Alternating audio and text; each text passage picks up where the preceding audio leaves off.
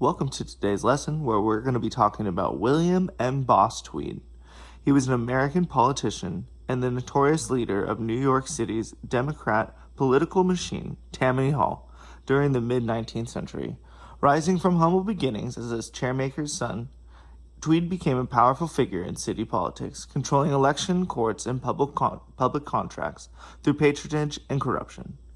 Him and his associates, known as the Tweed Ring, embezzled vast sums of money from New York City, with estimates of fraud ringing into tens of millions of dollars. Despite his corruption, Tweed gained support from many working-class immigrants by providing jobs, aid, and social services that government often failed to deliver. William M. Boss Tweed was born on April 3, 1823 in Manhattan to Irish and Scottish immigrants. He rose through the ranks, being elected to the foreman of the Big Six Volunteer Fire Company, leading to alderman, a municipal leader. He rose to the ranks of the United States House of Representatives and the New York County Board of Supervisors, and eventually New York State Senate.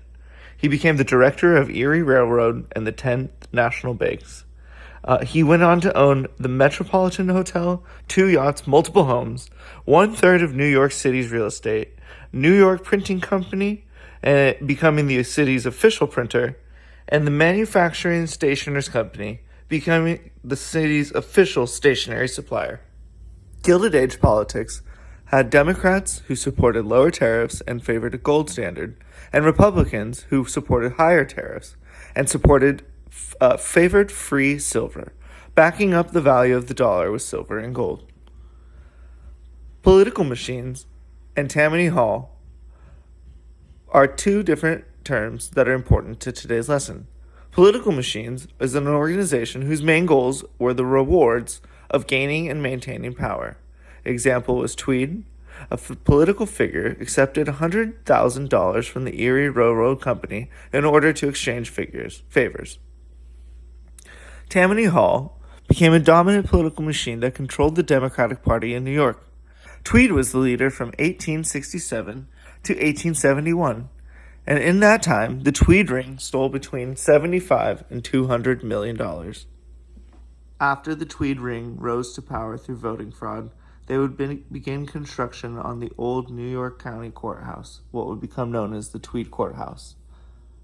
In the process of building the courthouse, the Tweed Ring would charge enormous amounts of money for supplies, brooms, tables, chairs, lighting fixtures. The amounts never matched what the actual cost of the product was. It was just a way for the Tweed Ring to charge enormous amounts of money that they could just pocket for themselves.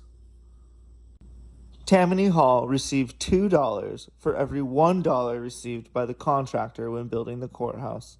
The original budget was $350,000, and the final total was $13 million, which in today's money would equivalent to $320,515,882. William Boss Tweed said, "My constituents don't know how to read, but they can't help seeing them damned pictures." He's referring to famed political cartoonist Thomas Nast, who began to paint political cartoons based on Tweed's corrupt behavior. This led to his constituents turning their backs against him, understanding that he has been stealing money from them the entire time. Convicted on 204 out of the 220 counts for embezzling an estimated $450 to $200 million from New York City taxpayers, William Boss Tweed was sentenced to 12 years in jail. However, it was reduced to a year.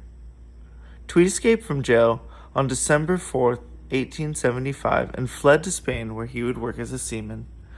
Almost a year after Tweed was discovered and recognized due to the political cartoons made by Thomas Nast, he was turned over to the United States government, and Tweed refused to testify about his corruptions within the Tweed Ring, but he attempted to form a deal and disclose new information if he was secured his release, which was denied.